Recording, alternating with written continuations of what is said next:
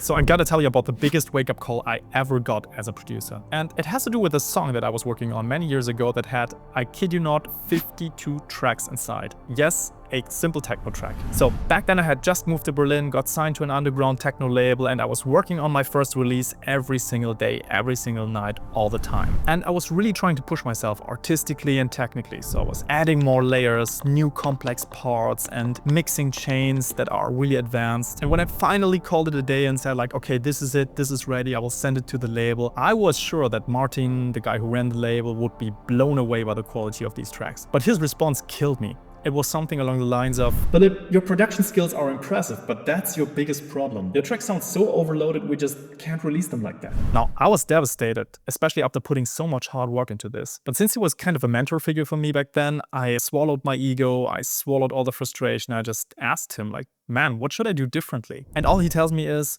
try to finish a song with no more than 10 tracks. 10 tracks? My hi-hats alone were already more than 10 tracks. But I trusted him, so I went back into the DAW, worked on a couple of new tracks from scratch, following his advice, and lo and behold, fast forward a few months, these tracks get released, and I'm standing in one of my favorite clubs, Sisyphos back then in Berlin, listening to some of the resident DJs playing my music. This initial release was a turning point in my entire career. It was the moment people started to hire me as a mixing and mastering engineer for electronic music, which is what I've been doing for the past 15 plus years. But that was the moment when everything started to snowball in the right direction. Now, what I discovered back then completely changed the way I approach music still to this day. And so in this video, I will show you exactly what that big discovery is and how you can use it to finish music you're proud of at a high quality level. There's one big mistake that I see producers make. So they arrive at this point where I am right now, but instead of going into the arrangement, they add layer after layer after layer because they feel like the production still doesn't sound that great. It doesn't sound finished. It doesn't sound complete. And so they think the solution to this problem is to just add more stuff and make it more complex. And this is the exact trap that I fell into back then as well. Now, the only way to not fall into that trap is to design your original loop in a way that makes you want to listen to it forever. And this is what I call micromodulation. The idea is that your loop just stays interesting because it's already fluctuating. I'm going to play this for you, just launching some of these clips, and I want you to pay close attention to what's happening inside every single loop that I'm playing here.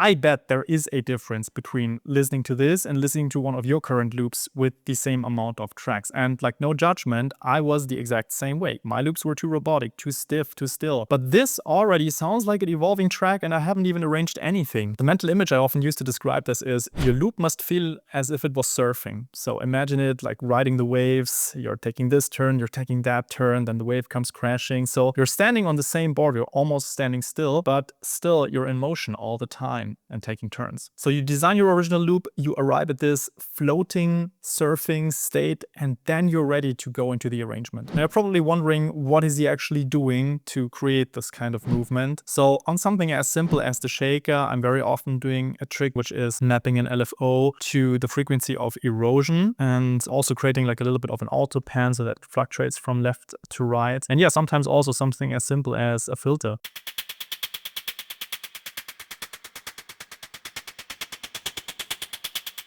So it's a motion in very different directions. We have the left-right motion here, we have the frequency motion, and then we have a little bit of that noise from erosion being introduced and swept through. And very often I use unsynced LFOs for this. So here you can see it's like almost random fluctuation in the track. Another cool trick is to use something as simple as an echo. So here I have this echo on the hi-hats and it already adds a little bit of life. Now, obviously, I'm using the modulation pane here in the echo to filter it out a little bit and modulate the delay. So it starts to sound a bit different. And what I'm also doing is I'm very often slightly desyncing the sides here. So they are synced dotted eighth notes playing, but I'm speeding one of them down and the other one I'm speeding up. And this is also something that creates a little bit of that motion. Where it gets much more complex and interesting is this atmosphere here. So I've basically pulled a loop into Granulator, and inside Granulator, this is a granular synthesis tool, as most of you will probably know. What I'm doing here is I'm actually creating a lot of fluctuations. So this is like a longer sample here. And what it's doing, it's grabbing specific small little grains and morphing through them, then sending them into a pitch shifter. So I'll just play this for you.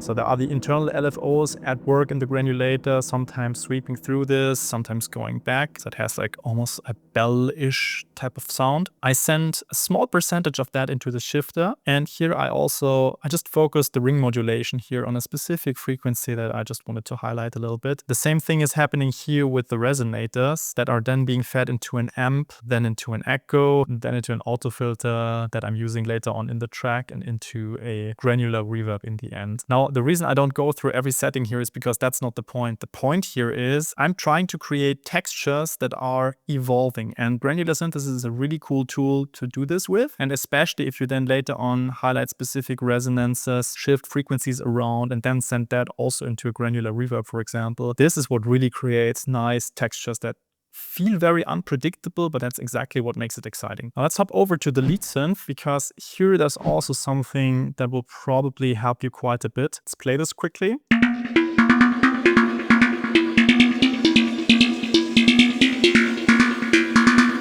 So I'm using a very unusual sounding, I think, Turkish tuning system here. And this creates this microtonality. So this is beyond our usual 12 semitones. This is why it sounds so otherworldly. Then the next trick I use is I like to combine a very simple basic shape in my wavetable as the standard synthesis. I combine this with another that is very complex. So this one has a lot of overtones. And as you can see here inside my modulation window, this is also what I'm heavily modulating. So here, see this LFO is cycling through this wavetable.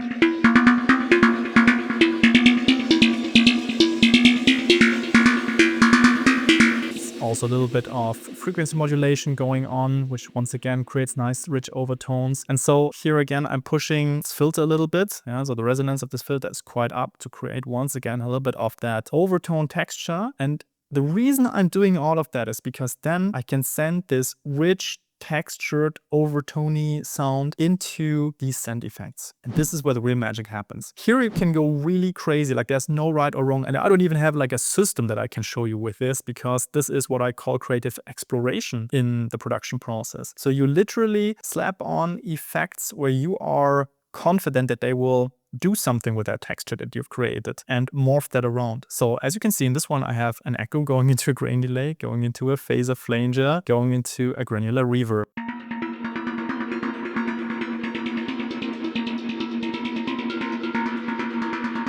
And then this other send effect here, I'm using the spectral time, going into raw, which is a saturation tool, going into a grain delay, and going into a reverb. Now, if you think I have a method for that, you're completely wrong. I don't have a method for that, and that's the point. Like, you have to work with the material and then literally explore what's possible there. I'm not even using this spectral time thing very often. So this is also creative exploration, but it sounds awesome.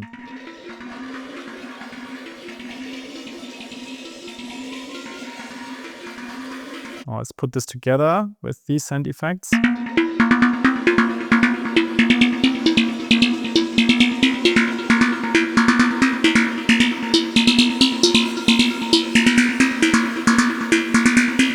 Add in the second lead.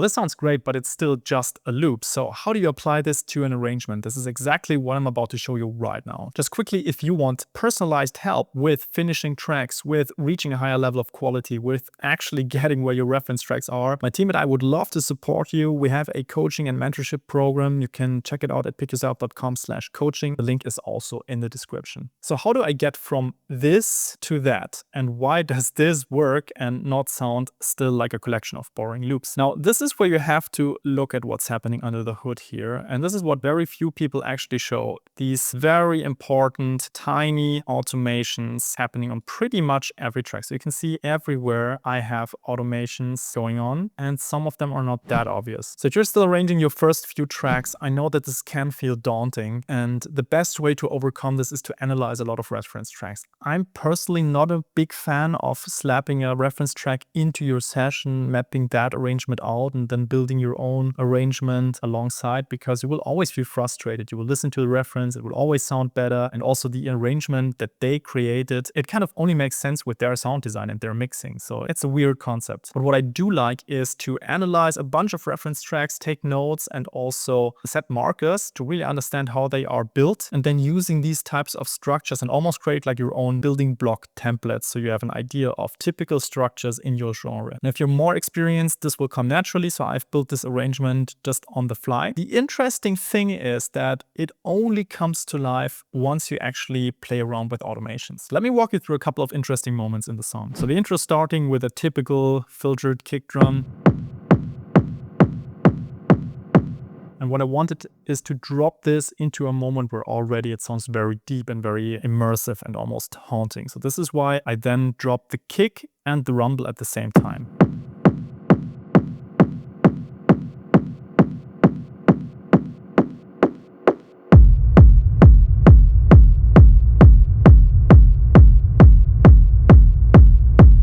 Now you're probably wondering, what does the shaker do here? Why is the shaker already present? Well, this is a concept that I really love using in my arrangements. While one element is already playing, I'm already starting to sneak in the other one underneath, so that it always feels like a constant fluctuation. Once again, I have this image in my head of riding waves. So while you're on the one wave, the next one already comes rolling in. And so this is the way I build these arrangements.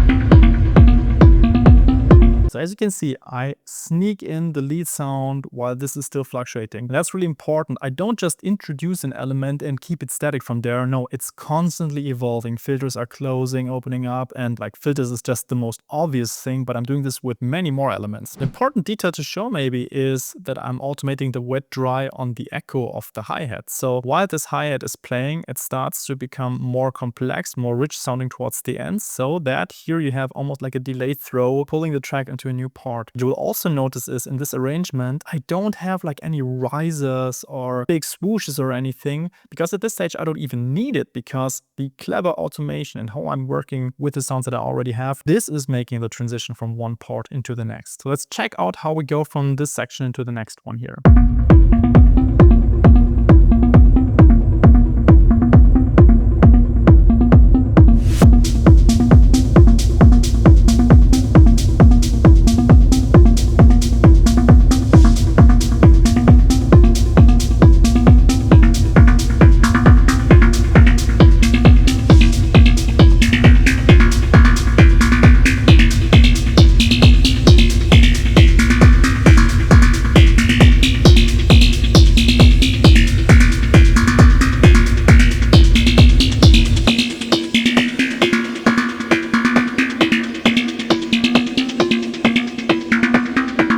you could feel how natural that transition felt. I'm just using these automations to push the track into the next part. And by the way, this is what I've seen in the most professional productions I've ever worked on, like as a mixing and mastering engineer. The producers were crazy good at specifically these types of things. They spent so much time in this last like finalization stage where they treat these little details to sit just right. This is more important than any mixing tweak you could ever do. Where it gets really interesting is in parts like breakdowns that then lead into the drops of music. So I'm going to show you what's going on here. So this is essentially dropping into the breakdown here.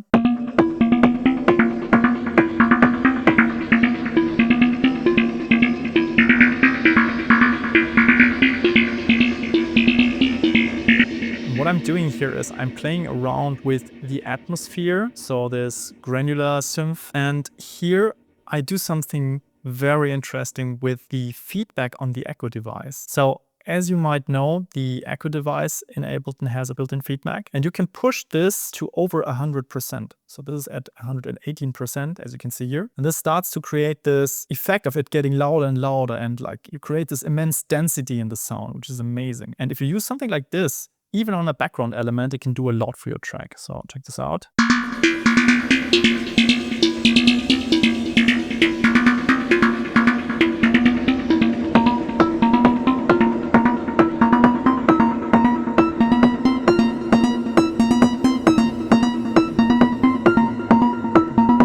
Here I'm also changing wavetable setting.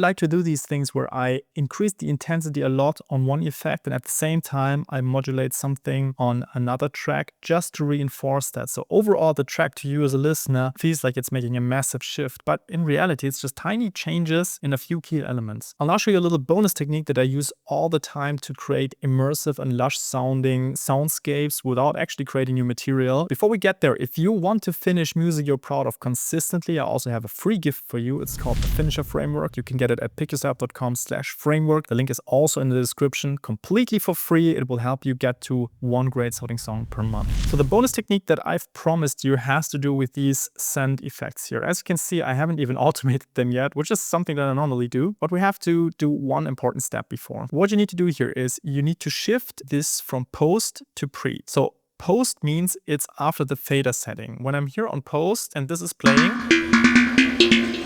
and I bring down the fader, the reverbs also start to drown out.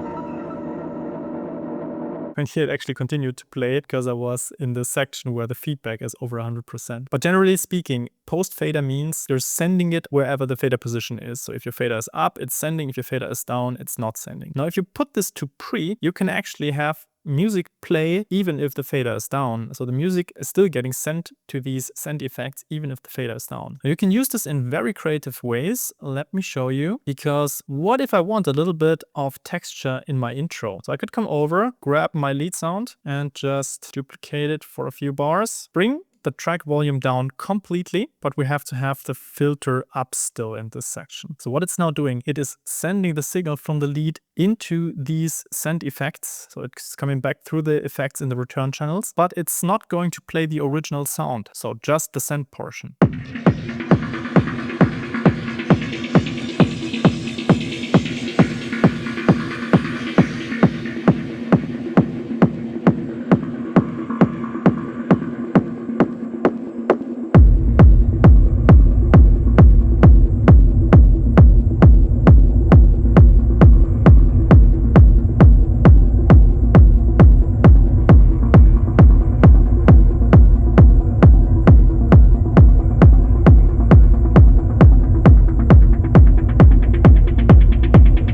So there you have it. That's the secret sauce. And you hopefully understand why I'm still grateful to this day for this hard lesson that I had to learn back then. It was quite painful, but it has changed a lot for me and it will hopefully also help you. Now, even with a great sounding arrangement, your track is still not done. So check out that video next for a detailed walkthrough on how I approach mixing.